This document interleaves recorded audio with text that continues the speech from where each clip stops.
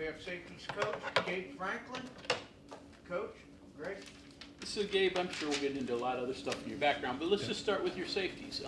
Give us an overview of what you've seen with them. Improvement. Every practice, that's what we're looking for. If you have a bad day, try not to repeat the same mistake again, right? I think they're learning our defense. Some of the guys weren't here in the spring, so this is their first time getting into it with live action. But as a group, they're doing a really good job, working hard and trying to get better. What Zach Alley's defense asks of them, is that a lot different than a typical safety would be asked, or defense type of deal? I think the safeties in most defenses are kind of the quarterbacks back there. I think that they do a great job communicating and making sure the defensive backs are all on the same page. That's the main thing.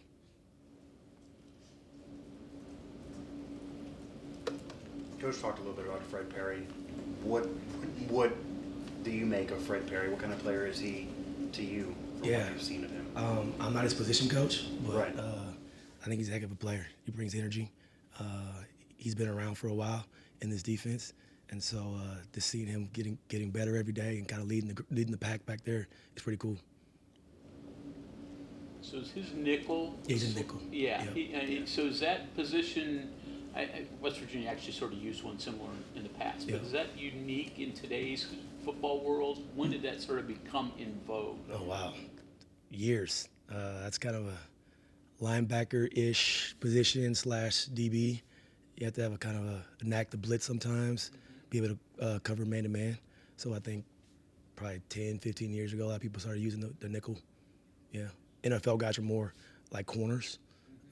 But in college, it's mostly like a linebacker / DB. There used to be a substitution package. Yes. At least in my like a third down guy. Now it's almost full time. Yeah. Today's game's spread out, right? So you got to have a guy in space who can blitz, who can cover, and all that. Yeah. But then you're not involved in any way, even though he's kind of in that. Well, we're all coaching, me and Coach Weinrich and Coach Rod West. So we're all kind of at the back end, but that's Coach Henry's guy. So, yeah. I assume that you would have more involvement, I guess, No. than you do. Okay, gotcha. So can you talk just a little bit about adjusting to WVU, like what that's been like for you coaching here? Oh, it's been great.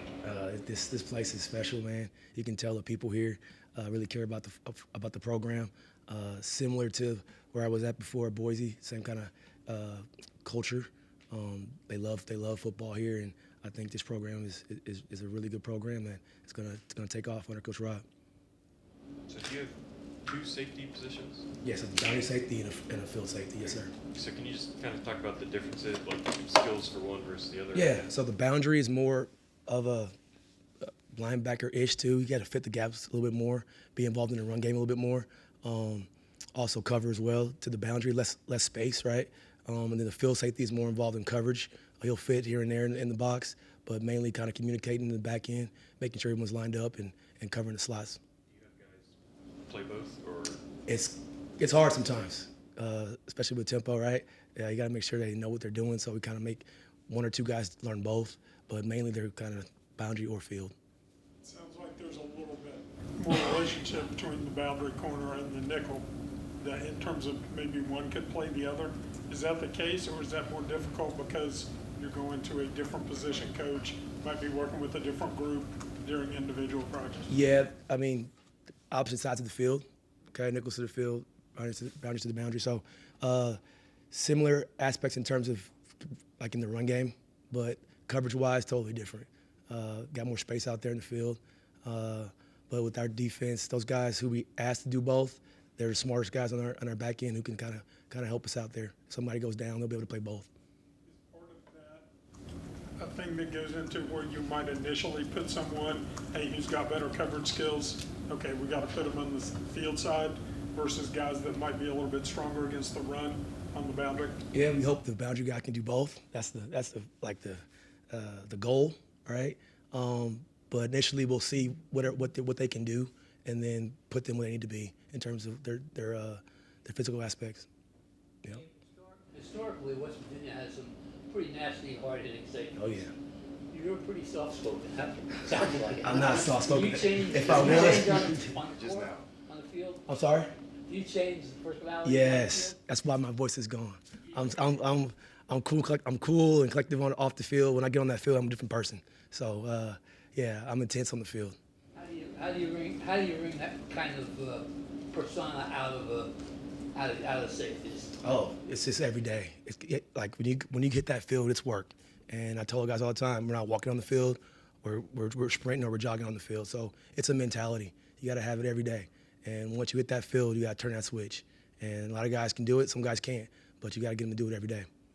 Are they different than other defensive backs and cornerbacks and that in the mentality? You have to be. I mean, we want everybody to have that mentality on a team, but we got to be tough-nosed guys because we're going to come down and smack you. So I guess it was pretty easy for you to fit into the whole hard edge, intense culture that Rich Rod brings. I love it, man. It's life-changing. Once you buy into it, everything you do is hard work. It's great to see the guys buying into it now. It's going to carry over to life. So you come work every day, work your butt off, and you get rewarded for it. What did you know about Rich Rod and Hard Edge before coming aboard? Because unlike a lot of other members of the staff now, you didn't previously work with them. Yeah. So me and Zach kept in touch over the years. He was trying to hire me every time he went somewhere, and I wasn't ready to come back yet. And he asked me to come with Coach Rod here, and he told me it's going to be intense. You ready to go? I was like, yeah, let's do it. A lot of great things about Coach Rod. You get what you get, and I love it, man. You know what you're going to get from Coach Rod. Intensity. Was that first meeting with Coach Rod like what you expected? Yeah, I mean, great guy. And he's going to tell you how he feels, and you're going to say, yeah, let's go. So it's fun. Safeties did play here last year. Yes. Arnu, Jennings, who am I missing? But anyways, what have you seen from them?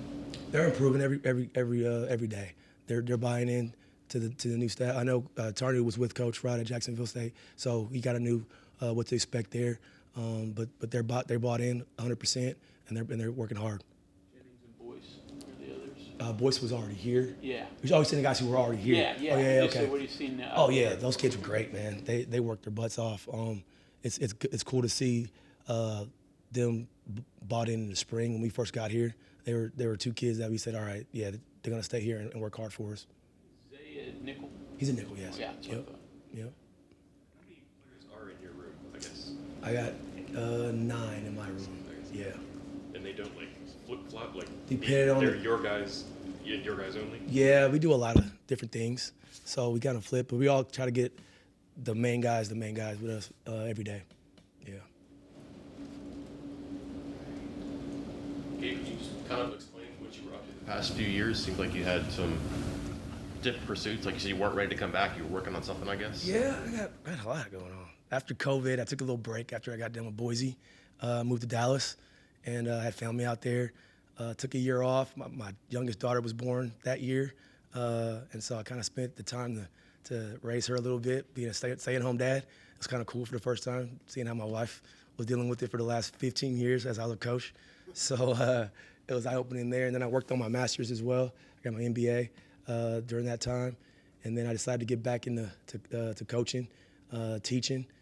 Taught at Timberview High School in Texas. This past year I was there. That's when I got the call from Zach. So kind of got back into football this past year. But I was coaching my kids those last few years, which was fun. There are people that might look negatively on John Gap, and I see it as a good thing a lot of the time. Is it refreshing for you to get away from the sport for a little bit? You get a better perspective on life, what's important, and you gotta get grounded a little bit, right? And come back with some new ideas, refresh. It was a great time for me to get mentally ready and get back to coaching. So I brought back some new ideas, new techniques. I wasn't out of football. I was always watching and studying. And obviously, I was coaching high school ball, which you have to go back to the basics when you get to high school, right? So it was fun doing that, and obviously teaching too. I was teaching business at Timberview High School, so I wasn't off. I was still teaching, and I'm doing what I love to do. Were you always planning at some point to get back into it, or could you have been persuaded to be done with coaching? It had to be the right place and the right time, and this was it. Yep. So when Zach would call, would you just be like, not yet, or not quite, it doesn't feel It was timing, really, right? It was timing. Oklahoma, that's a good job. Yeah, but we talked about it. But the main thing was it had to be perfect timing, and it was, and the right coach, the head coach to lead it, and I knew great things about Coach Rod, and so I just said yes to this one. City environment, Morgantown, Boise, sort of similar? This No is- blue turf here. No blue turf, yeah. This is more of a college town, and I love it. You can feel it already. In the spring, it was cool to see the students around. Boise's a capital, obviously, of Idaho. So similar. I mean, the love for the program is the same. I think it's gonna be more intense when I get in this stadium, first game of the season. But I think this is similar in terms of the love for the program. Yeah. After you took a couple years off, are there nerves that first day practice? Sorry? Just after you took a couple years off, were there nerves the first? Well, Not at all, man. You fall right into it, man. When you're a coach at heart, you're a coach at heart, and it's like getting back to it, man. It was fun. Okay, thank you very much, Coach. All right, appreciate it. Thank you, guys. Have a good day, guys.